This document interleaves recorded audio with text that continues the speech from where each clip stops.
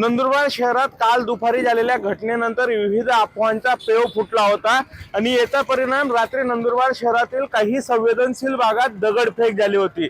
मात्र सकाळपासूनच पोलीस यंत्रणा सज्ज असल्याने दगडफेकीला नियंत्रणात आणण्यात आलं आहे।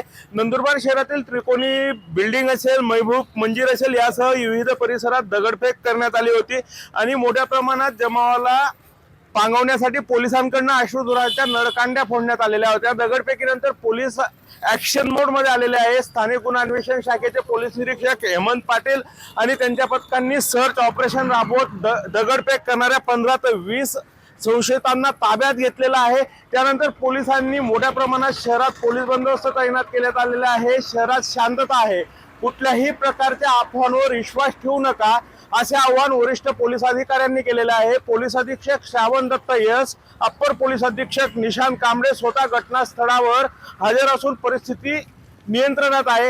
एकूणच शहरात तणावपूर्ण शांतता असली तरी मोठ्या प्रमाणात पोलीस बंदोबस्त आहे। नागरिकांनी कोणत्याही अफवांवर विश्वास ठेवू नये, अफवा पसरवणाऱ्यांनाही कारवाई करण्याचा इशारा पोलीस दलाच्या वतीने देण्यात आला आहे। विकेश पाटील, एबीपी माझा, नंदुरबार। एबीपी माझा, उघडा डोळे बघा नीट।